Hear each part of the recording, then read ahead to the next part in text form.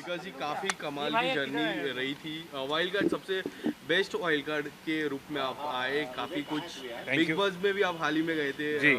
काफ़ी कुछ धमाके किया वहाँ पे, किस तरह से जर्नी के बारे में अगर कुछ बताना चाहो। यार मेरा सिर्फ एक ही इंटेंट था कि पहले तो सबसे इज़्ज़त प्यार से किया जाए, क्योंकि हर कोई बहुत ज़्यादा कलेश और लड़ाइयाँ करता है। तो जो मैंने शुरुआत में बोला भी, बट क्योंकि वो एक ऑप्शन है जो आपके पास कुछ जब नहीं बचता है तो वही आप एक्सरसाइज करते हैं। बट हर किसी से मैं यही कहता था।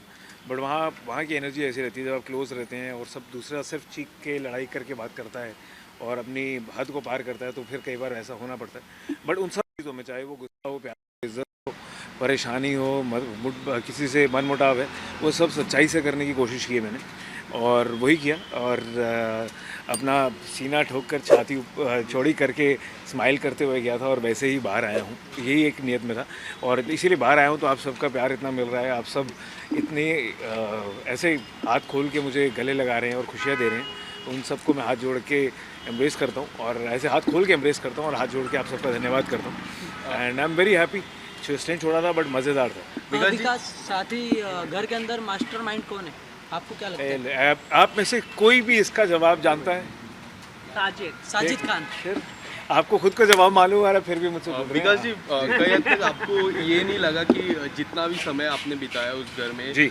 काफ़ी कम समय था और लोगों ने कोऑपरेट नहीं किया। अगर कुछ थोड़ा सा कोऑपरेट करते तो यू वुड हैव गॉन थोड़े से टॉप 6 पे, तो आपको जी नजर आ जी ही रहती। जी आपको ऐसा नहीं लगा? यार वो गेम का फॉर्मेट ही ऐसा है कि वो बिल्कुल अनप्रडिक्टेबल है। आपको मालूम ही नहीं कि आगे क्या होने वाला है, क्या चीज़ें नहीं हैं। और अब उससे सिनेरियो में क्या है कि आपके दिमाग, जहन में और हाथ में जो है वो ये है, जो मुझे लगा कि सच्चाई से समझ से खेलना, और कॉल जो सही लगे उसको सही कहो, जो गलत लगे उसको गलत कहो, और ठोक कर इज्जत से प्यार से कहो, और वही मैंने किया। बिग बॉस में आपने शिव ठाकरे को कोई एक नाम दिया है। क्या दिया है? नाम हमने प्रोमो में देखा, एक नाम बताइए दिया क्या है। नाम दिया, बताइए तो। आपने ही दिया है सर। अरे पर बताइए तो क्या नाम दिया है कुछ मैंने? तो दिया था। अगर आप शिव ठाकरे की गेम के बारे में अगर कुछ बताना चाहे कि देखिए बहुत ही एक ये ना गेम है, टू बी ऑनेस्ट। हम शायद बाहर इसको पर्सनली ले लेते हैं, बट हम घर में रहकर भी एक दूसरे को बहुत सारी ऐसी बातें बोली जाती हैं कि अगर वो लिमिट क्रॉस नहीं हो तो कोई इसको दिल पे नहीं लेता है। यस।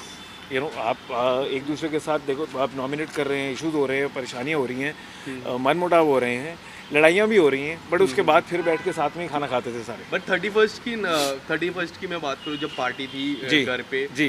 जब शालीन और टीना फिर से नजदीक आए तो जी। लोग फिर वापस, बिग बॉस ने भी पूछा कि क्या लगता है, लोगों की राय ली, घर वालों की राय ली। जी। उसमें आपकी क्या राय है, उसमें अगर आप कुछ बताना अब चाहो। मेरी राय ये है उसमें सिर्फ कि यार उनके रिश्ते में बहुत कन्फ्यूजन है। यस। मेरे पास भी, मैंने भी बहुत कोशिश की उनका वो इज़्ज़त प्यार वो बनी रहे, और बीच में जो कन्फ्यूजन है वो हटी रहे, बट वो कन्फ्यूजन बरकरार रही।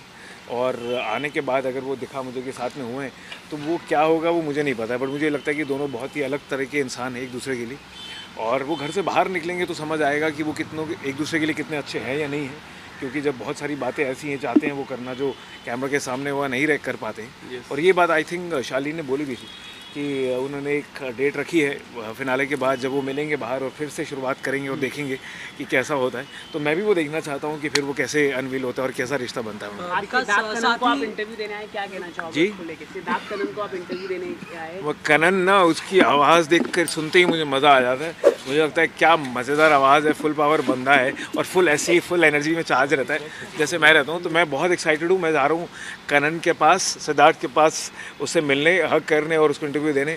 और आप देखते रहिए। साथ ही एक सवाल, सिद्धार्थ भाई, एक सवाल था। एक सवाल ये भाई मैंने क्या किया? बोले एक ही सवाल एक मिनट। विकास, साथ ही जब किचन फाइट में अर्चना ने जी किचन फाइट में अर्चना ने आपको कहा था कि आप बाप नहीं बन सकते, जी। उसके बारे में आपका क्या कहना है?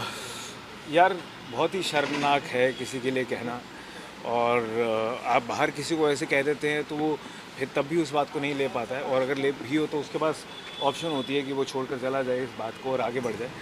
बट जब आप एक आइसोलेशन में एक घर के अंदर बंद रहते हैं, और आपने जिसके साथ कोशिश की हो कि ये सोचा हो कि यार उनके अंदर थोड़ी इंसानियत और सच्चाई है, डिस्पाइट कि वो सबसे लड़ते रहते हैं या आर्ग्यूमेंट करती रहती हैं, तो मैंने वो उस एक छोटे से मोमेंट में उनके साथ ये सच्चाई शेयर कर ली थी कि हमारे साथ ऐसा हुआ था। और उसके बावजूद भी अगर वो जब किसी से मनमुटाव हो तो वो उस बात को गंदगी में डुबो कर आपको फिर बदवा देती हैं, तो ऐसा लगता है कि यार ये इंसान निहायत ही घटिया और छोटी सोच रखती हैं। और इस बात पे मैं ऐसे इंसान के साथ एक भी मिनट नहीं बिताना चाहता हूँ।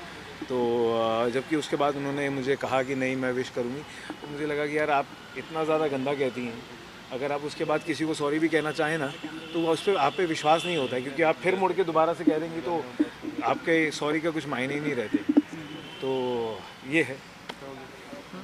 Thank you. विकास सर एक छोटा विकास नए साल की शुरुआत होने वाली है और अंत में एक बड़ी घटना हुई तुनिशा शर्मा की। जी। काफ़ी झटका लगा पूरी इंडस्ट्री को, आप उसके बारे में क्या कहना चाहोगे? देखिए मैं जैसे ही मेरा एविक्शन हुआ था और मैं यूज्ड टू हो रहा था चीज़ों के और इंसानों के और एनवायरनमेंट का, तो वो पहला इंटरव्यू पहली न्यूज़ थी जो मैंने देखी है टीवी पे, और बहुत ही शॉकिंग था। मुझे लगता था कि वो दिखने में बहुत ही प्यारी सी लड़की थी और अच्छा काम करती थी, और मुझे लगा यार what a waste of life. अब ये किसी को नहीं पता है कि क्या रीजंस रहे हैं उनके या क्या सर्कमस्टेंसेस थे जिनकी वजह से उन्होंने ये कदम उठाया, but I am very shocked कि यार, शॉक के साथ ना बुरा लगता है कि यार आपको क्या कहें, मतलब आप समझ ही नहीं आता कि यार आप क्या कह सकते हैं किसी के लिए ऐसे। बट सिर्फ ये कहना चाहूँगा कि हर किसी को, स्पेशली यूथ को, कि प्लीज़ एक ही ज़िंदगी है, उतार चढ़ाव ज़िंदगी में चलते रहते हैं। बहुतों की ज़िंदगी में बहुत सारी प्रॉब्लम्स होती हैं और जो इससे भी बहुत बड़ी बड़ी होती हैं। थोड़ा नज़रिया बड़ा रखिए और हिम्मत रखिए अपनी प्रॉब्लम से डील करने की, और अपने माँ बाप और अपनी फैमिली के साथ एकजुट होकर रहिए, क्योंकि जब आप वो रहेंगे, जो पेड़ अपनी नींव के साथ हमेशा स्ट्रॉन्ग रहता है वो नहीं गिरता है। तो प्लीज़ भरोसा कीजिए। अगर आपको लगता है कि आपके माँ बाप नहीं समझ रहे हैं आपको, या उनको आप नहीं समझाना चाह रहे हैं, या किसी भी और रीज़न से उनको दुख होगा, या वो भी at the end of it वो माँ बाप हैं। और अपने दोस्तों को पकड़िए जिनके ऊपर आपको विश्वास है, बट वो पकड़ के रखिए रिश्तों को, और आप कोई भी परेशानी हो उससे बाहर निकल सकते हैं।